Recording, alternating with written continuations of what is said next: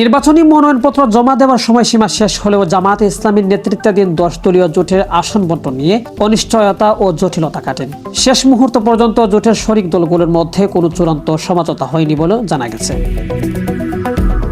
জোট সূত্রে জানায়, আসন বণ্টন নিয়ে একাধিক বৈঠক হলেও ঐক্যমতে পৌঁছানো সম্ভব হয়নি। ফলে মনোনয়ন জমার শেষ দিনেও জোটগত সিদ্ধান্ত ছাড়াই অনেক দল নিজ নিজ অবস্থান থেকে মনোনয়নপত্র জমা দিয়েছেন। জোটের অন্যতম শরিক দল ইসলামী আন্দোলন বাংলাদেশ দেশের সবগুলো অর্থাৎ 300টি সংসদীয় আসনেই এককভাবে মনোনয়নপত্র জমা দিয়েছে। দলের এক শীর্ষ নেতা জানান, পূর্ণ প্রস্তুতি নিয়েই তারা 300 আসনে প্রার্থী দিয়েছে। তবে শেষ পর্যন্ত জোটগত আসন সমঝোতার সম্ভাবনা এখনো উড়িয়ে দেওয়া যাচ্ছে না। আমরা 300 আসন থেকে ইসলামী আন্দোলন বাংলাদেশ আমরা মনোনয়নপত্র আজকে দাখিল করেছি। 300 আসনে আমাদের নির্বাচনের প্রস্তুতি চলতেছে।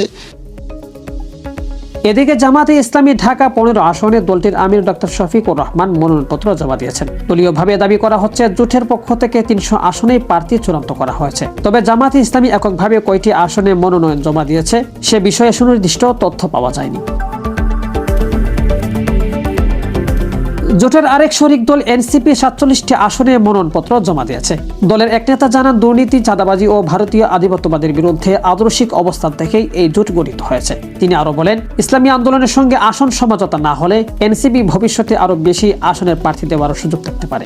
ভারতীয় যে হেজিমনি রয়েছে সেটার বিরুদ্ধে দাঁড়িয়ে বাংলাদেশের সার্বভৌমত্বের জন্য আমাদের এই জোটটা হয়।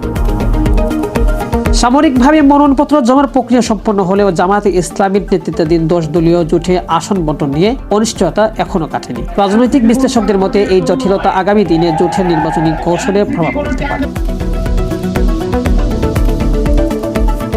শেখ সাদি, বিডিএস নিউজ।